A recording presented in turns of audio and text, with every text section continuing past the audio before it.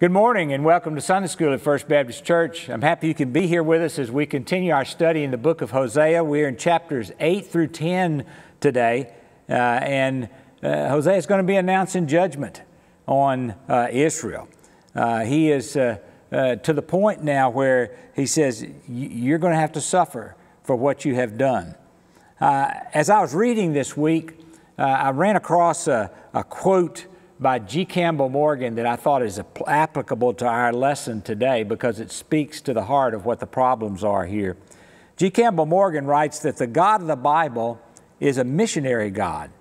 All elections of God, of men, that's choosing men, of nations are elections in order that through people and through the nations so chosen, His beneficent purposes shall reach out to the world. It is because these people, Israel, came to a false understanding of the doctrine of election that they perished. They thought they were the chosen nation and they were God's pet. That is the peril that threatens the church of God. The forgetfulness of the fact that every benefit is a deposit for which we are responsible, not for self-consumption, but for passing on to others. That's a challenge. That's what our responsibility is as a Christian church. And actually, that's what Israel's responsibility was as the chosen people of God. They were to reveal God to the rest of the world. Instead, they forgot God. See what Hosea has to say about it. Look in chapter 8 here with me, beginning in verse 1. He says, "Put the trumpet to your lips. An eagle is over the house of the Lord because the people have broken my covenant and rebelled against my law. Israel cries out to me, 'O our God, we acknowledge you.' But Israel has rejected what is good. An enemy will pursue him. They set up kings without my consent. They choose princes without my approval. With their silver and gold they make idols for themselves to their own destruction. Throw out your calf idol, O Samaria. My anger burns against them. How long will they be incapable of purity? They are from Israel. This calf, a craftsman has made it. It is not God. It will be broken into pieces, that calf of Samaria. They sow the wind and reap the whirlwind. The stalk has no head. It will produce no flour. Were it to yield grain, foreigners would swallow it up." What is Hosea saying here at the beginning of this chapter? He says, I have an announcement. And he says this announcement is the things that men are doing when they forget God, that Israel's doing because they have forgotten God. 4 things he mentions here. They rejected what is good. That they've set up kings without the consent of Yahweh. You know, along the way, Yahweh has always been choosing kings. He chose Saul. He chose David. He had them anointed as king. They make idols for themselves, and they sow the wind and reap the whirlwind. And so, now the trumpet sounds. And he's saying, here comes the judgment, because I want everybody's attention. The trumpet sounds, and the judgment is coming to Israel. And the first way he makes it known, he says there's an eagle above the house of God, above the holy place. And this is not just any ordinary eagle. In the Near East, there's a bird that's called a nesher. It's an eagle-like vulture. An eagle-like vulture. It graphically symbolizes the impending doom of the nation. You have a vulture soaring above the house of God. It's an unclean animal. It is a bird that depends on other dead animals to be able to make its way. The point is clear. This awesome, unclean bird of prey and terror has already settled upon the people of God. And so the judgment is cast and die. He says in verse 8, Israel is swallowed up. Now she is among the nations like a worthless thing. For they have gone up to Syria like a wild donkey wandering alone. Ephraim has sold herself to lovers. Although as they have sowed themselves among the nations, I will now gather them together. They will begin to waste away under the oppression of the mighty king. Though Ephraim built many altars for sin offerings, these have become altars of sinning. I wrote for them the many things of my law, but they regarded them as something alien. They offer sacrifices given to me, and they eat the meat, but the Lord is not pleased with them. Now he will remember their wickedness and punish their sins. They will return to Egypt. Israel has forgotten his Maker and built palaces. Judah has fortified many towns, but I will send fire upon their cities and will consume their fortresses. Here, Hosea is recognizing all the things that Israel has done that have caused them to forget their Maker. For example, he says they went to Syria. They went to Assyria to get a partner, to sign a treaty that would help to protect them as an international alliance. God says, you don't need international alliances. I will protect you. And so you've become a useless vessel to me. And she's about to experience national extinction. And it says that their sin offerings have become altars for sinning. The places where they offer sin altars, they're not altars for offering these sin offerings that would be put out there to help to wash away their sins, they think. But they've become altars for sinning rather than altars to get forgiveness for sin. And then the most crucial statement of all, Israel has forgotten his Maker.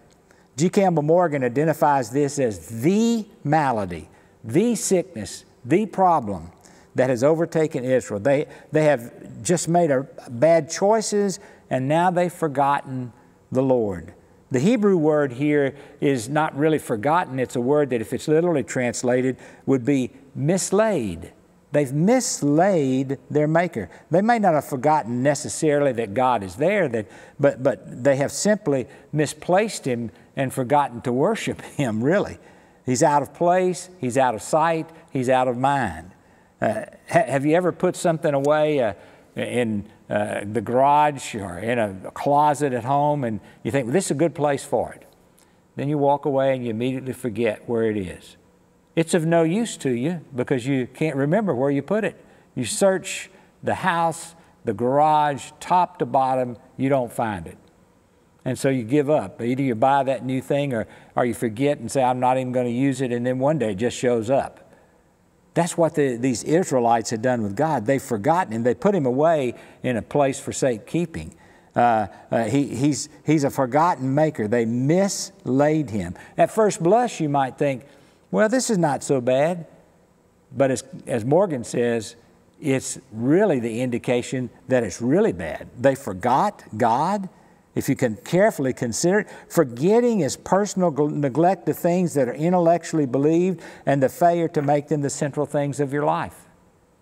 That you don't think about God. Israel mislaid God, and so they've just forgotten to make Him a part of their life. Yahweh is no longer a priority for these people.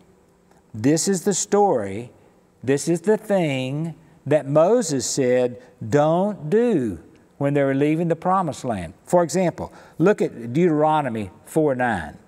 He says, only be careful and watch yourselves closely so that you do not forget the things your eyes have seen and let them fade from your heart as long as you live. Teach them to your children and to your children after them. In Deuteronomy 4:9, he says that. In other words, when you come into the Promised Land, you're going to be prosperous because it's a land flowing with milk and honey. You're going to be in the midst of easy prosperity.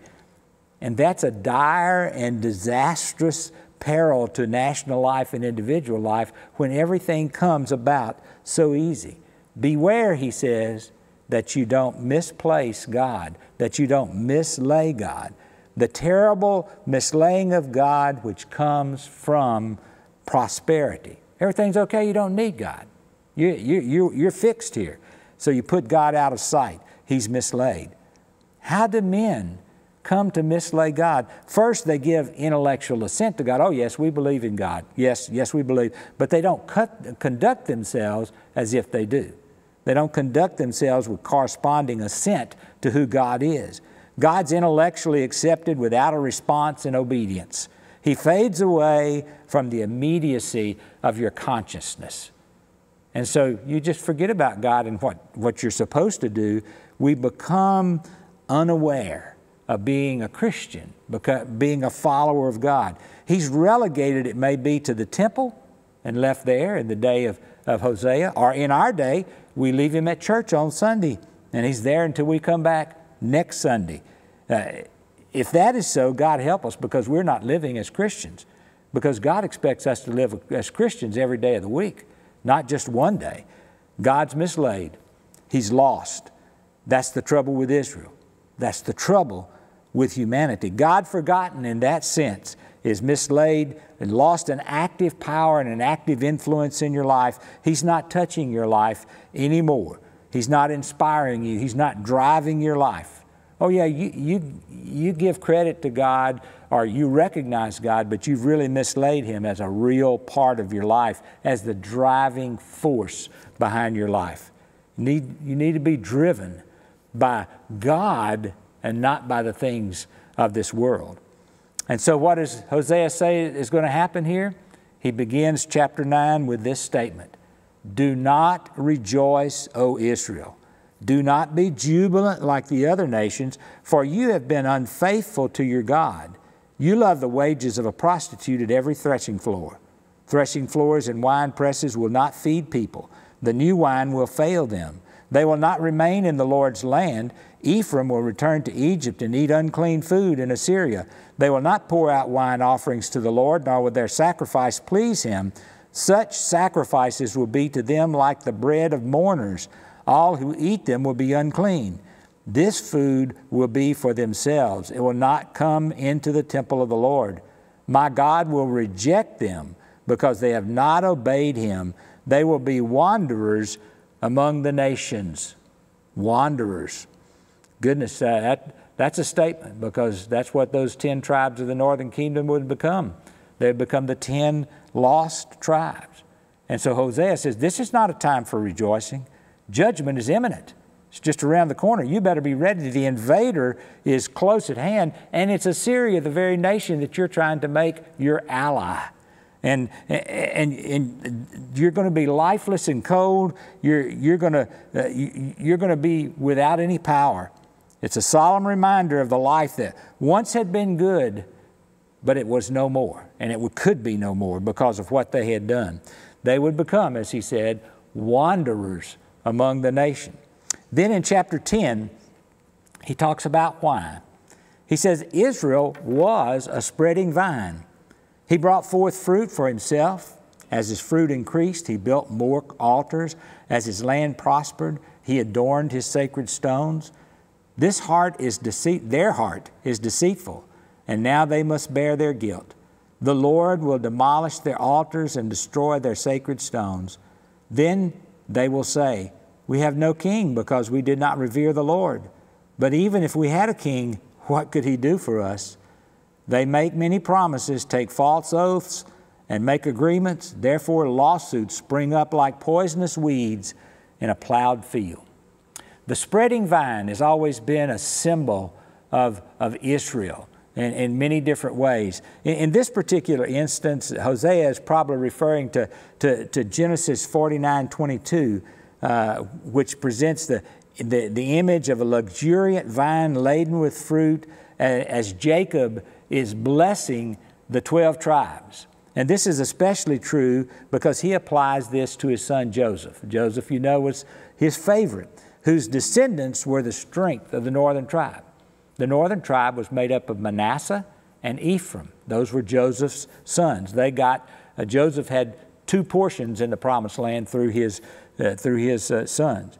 Joseph is a fruitful vine, Genesis 49:22 says, a fruitful vine near a spring whose branches climb over a wall. It's a productive vine. But here it is employed in a sort of a picturesque way to to present the material prosperity of Israel, but it also presents the prosperity increasing sin in Israel. And herein lay the problem of the northern kingdom. Prosperity always seems to do that. Israel had been blessed with abundant resources and prosperity, but instead of responding in grateful loyalty to Yahweh, the people misused that privilege. A land flowing with milk and honey, and it was, and it produced, but they turned instead to Baal and not to God. The implication for us today as Christians is that prosperity often leads us away from God rather than closer to Him. The natural instinct of man is to say, I'm doing well. I think I'll eat, drink, and be merry. Eat, drink, and be merry, for tomorrow you die, is what one group of philosophers said in ancient times. But eat, drink, and be merry before tomorrow you die would not be a good prospect, because you would die in sin. We're better at trusting Him in tough times rather than in good times. It just seems to be a natural instinct to do that. And so, because they were prosperous, it led to deceitful practices as more and more people sought to get ahead, and obviously by the wrong means. The fruitful vine no longer produced good fruit that God desired. Why? Because of the divided and deceitful heart. A heart that's deceitful, a heart that's divided. In biblical literature, you know, the heart is not the seat of love within your relations to other people. In biblical literature, it is a conscious decision-making organ of your body. It's the seat of will. It's the seat of intellect. And it's not the center of emotions as we commonly see it today. Israel's problem was one of will. They had deliberately chosen the course that they followed. It was a deliberate decision on their part, and it was wholehearted commitment to what they did. The peril of a divided heart, a constant threat, a reality of worship. In the surface, they worship God. In their heart, they worship something else, and then they allowed other things to come in place of God. And they spent their money on these lavish altars to Baal, who they thought was helping them. And all along, the blessings that they received could only come from God, because Baal was not even existent. They made him up in their mind. And so we see in the northern kingdom, because they lavished attention on their altars, that Jeroboam I in the northern kingdom built these two golden calves.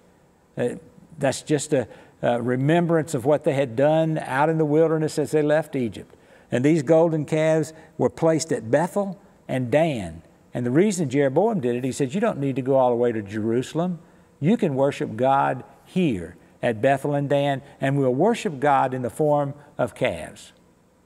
That directly violated the 10 Commandments. God said, you have no other images before me. And this was in direct violation of that. And they couldn't decide, you know.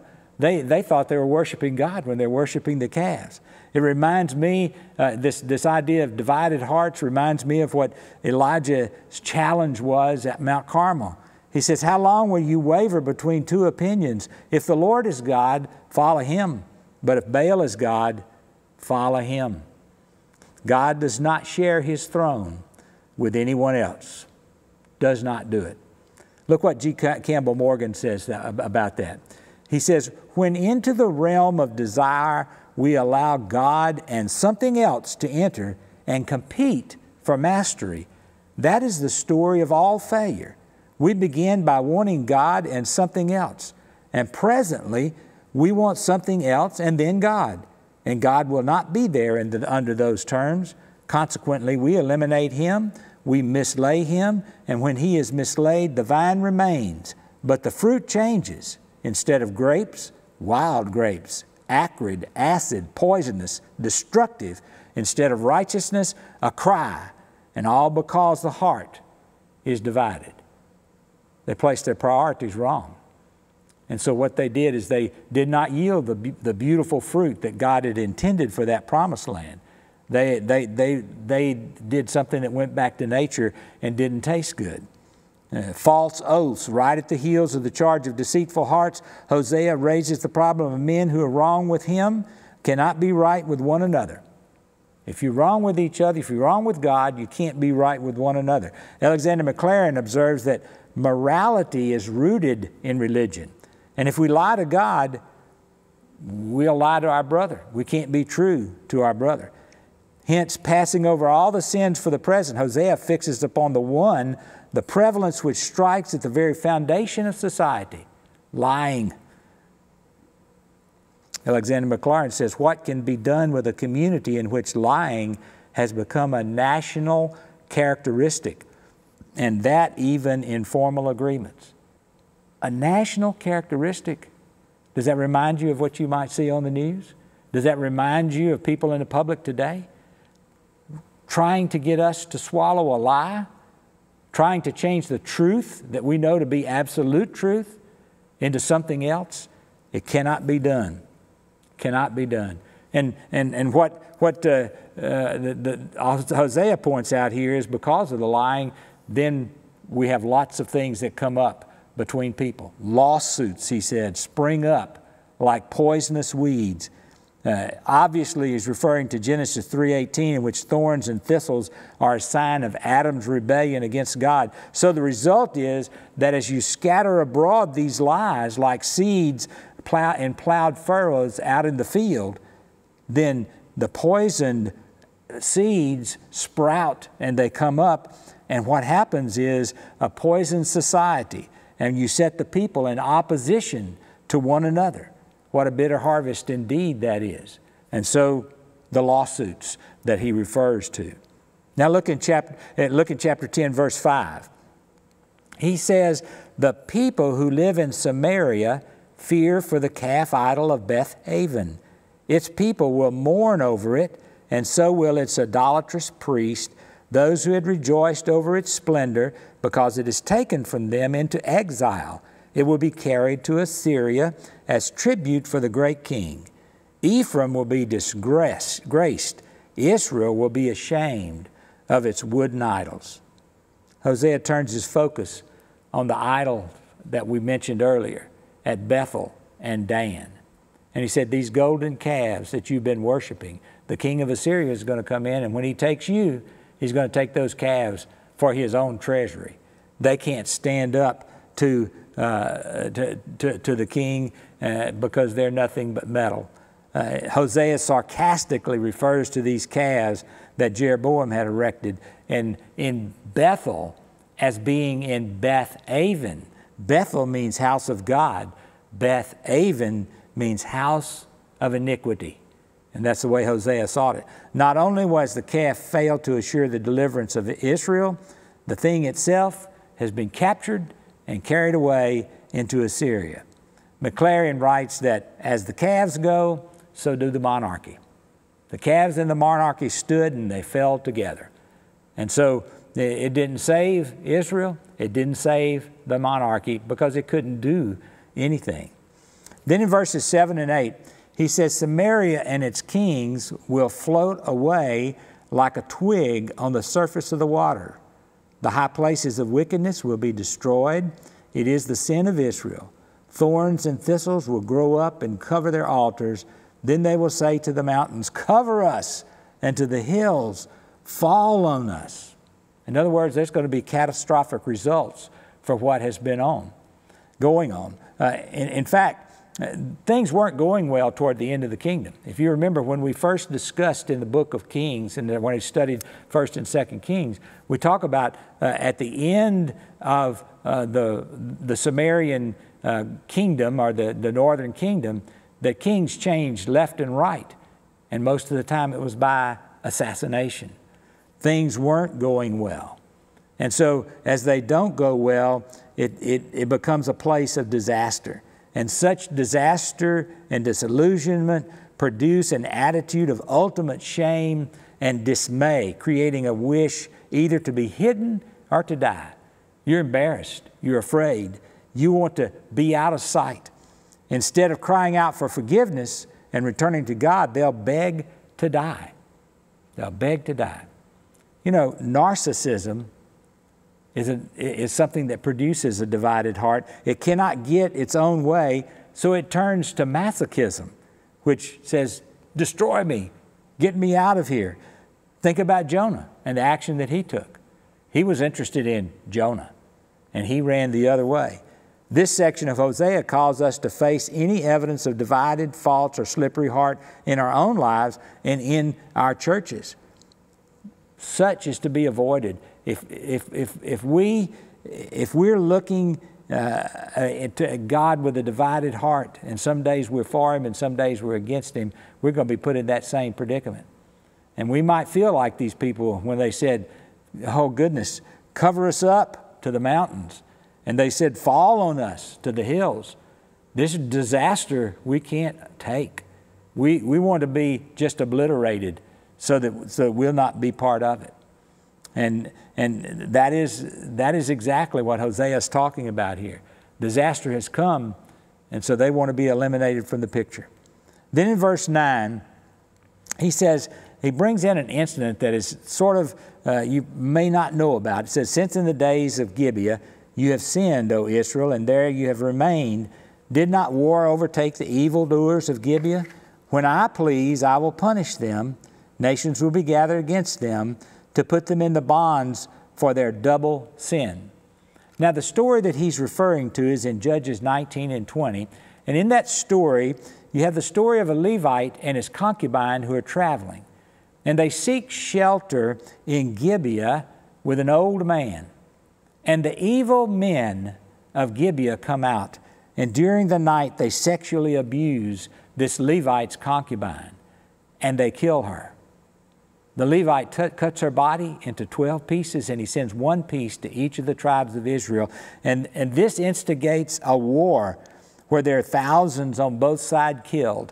People demanded, the 12 tribes demanded that Gibeah hand over the wicked men, and when they did not, Gibeah, which was of the tribe of Benjamin, tried to defend the city, and the Israelites came in, and thousands of people were killed in the tribe of Benjamin to the point that only 600 men were left in that trial. So Hosea declared that God's judgment on all of Israel would be like what happened to the tribe of Benjamin at Gibeah when it was nearly obliterated. In other words, I'm going to just about destroy you, but I'll save back some. You know, God always saves a remnant. He always saves a remnant that's going to do His will. But He said, be prepared. Remember what happened in Gibeah to the tribe of Benjamin? The same is going to happen to you.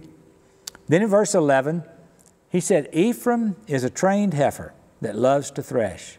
So I put a yoke on her fair neck. I'll drive Ephraim. Judah must plow, and Jacob must break up the ground. Now, what's he referring to? A trained heifer. Now, if you're not from a farm background, a heifer's a cow. It's a young cow. And in this agricultural metaphor that he uses here, he is calling upon the children of Israel to be useful. Because he says a trained heifer will even walk on the threshing floor and thresh the grain. He says, but I'm going to put a yoke on that heifer, and I'm going to put him to the plow. It's something that you're going to have to do. This is a picture of the liberty Israel enjoyed before being taken off into captivity. Now you're going to have to work.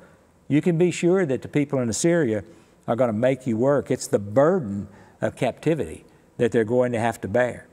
Then in verse 12 he says, sow for yourselves righteousness, reap the fruit of unfailing love. Break up your unplowed ground, for it is time to seek the Lord until He comes and showers righteousness on you. You know, God always holds out help. He always holds out hope that things are going to get better if you just follow my way. And He says, sow and reap, break up the ground. The purpose here was plowing the field and sowing seeds of righteousness, and then depending on the Lord for the productivity and the fruitfulness of that. He says it's time to seek the Lord. Certainly one should do so in times of adversity, and so Hosea suggested for those who do seek Him, If you do earnestly seek Him, if you seek Him with all your heart, not a divided heart, then there is going to come rain, and there are going to be showers of righteousness on you. It will produce a good crop. And then in verse 13, he says, that's what I want you to do, but here's what you did. You need to do this because you have planted wickedness. You have reaped evil. You have eaten the fruit of deception because you have depended on your own strength and on your many warriors. The roar of battle will rise against your people so that your fortresses will be devastated, as Shalman devastated Beth Arbel on the day of battle, when mothers were dashed to the ground with their children. Now, we don't know what event he's talking about here, but apparently his listeners would have known what that was. And he said, this is a foretaste of the terrible things to come, where mothers and children were killed in the battle. It's a horrible, horrible picture. He said, that's going to be forthcoming. And he says, why? Why will you experience that? Because you planted wickedness. You reaped evil. You've eaten the fruit of deception.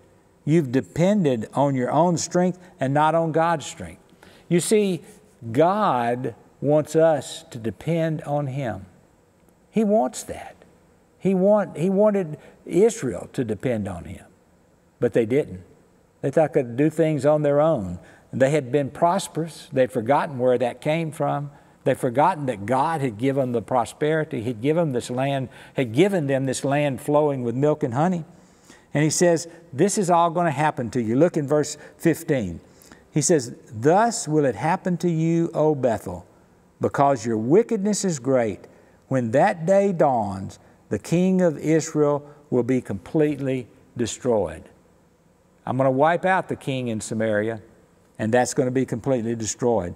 Bethel, he says, he uses Bethel because he sees it as the center of Israel's apostasy, its promiscuity and false piety. And it's the location of the idol, the calf idol. And he says, God's full measure of judgment is going to come on you because of your great wickedness. What's more, you're not going to have a king anymore. He's going to be completely destroyed. That's the symbol of the nation's power, their autonomy. It'll be completely wiped off of the face of the map. So what should Israel have been doing? And what should we, as Christians, as a part of the kingdom of God, be doing? Here's a take at it by G. Campbell Morgan, and I like the way he puts this. He says, the ideal nation was created by God to bear the fruit of justice and righteousness for the world. When He sought for fruit, He sought for justice, but He found its opposite, oppression. When He sought for righteousness as a root from which peace and joy must come, He heard a cry, the cry of its iniquity and its suffering, and consequently upon its failure. Failure. I think there's a message there. Message not just for Israel, but for the world we live in today. And as Christians who live in the 21st century, God's calling us to consecrate ourselves to His service and not to forget Him.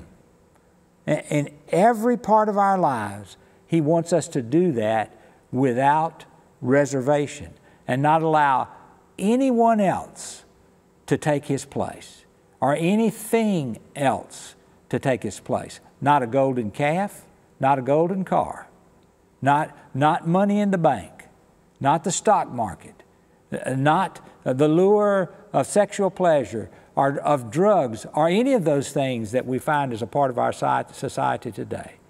He's not going to allow anything to take His place. And if we allow that to happen, then we're in dire trouble, just like the people of Israel were. Instead, He wants us to consecrate our lives to His service in every part of our life without reservation. So my prayer this morning for you, as well as for me, is for us to be able to say, along with the hymn writer, take my life, Lord. Take my life and let it be consecrated, Lord, to Thee. Take my moments and my days. Let them flow in endless praise. let them flow in endless praise. Take my hands and let them move at the impulse of thy love.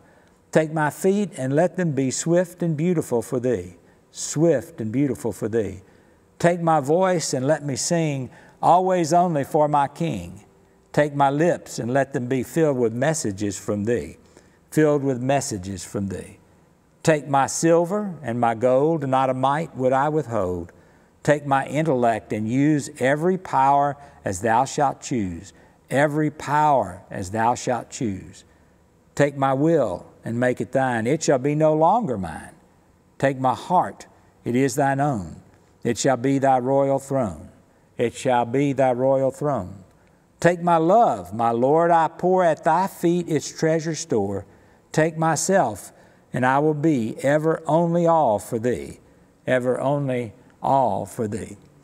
This wonderful poem written by Frances Ridley Havergal had these 6 complete stanzas. We only sing 4 of them in our hymnal.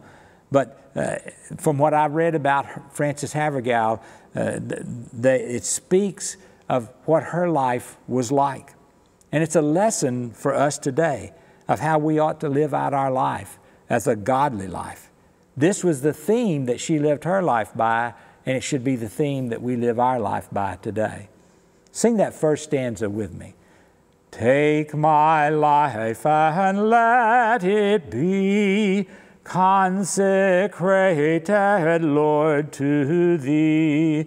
Take my hands and let them move at the impulse of Thy love, at the impulse of Thy love.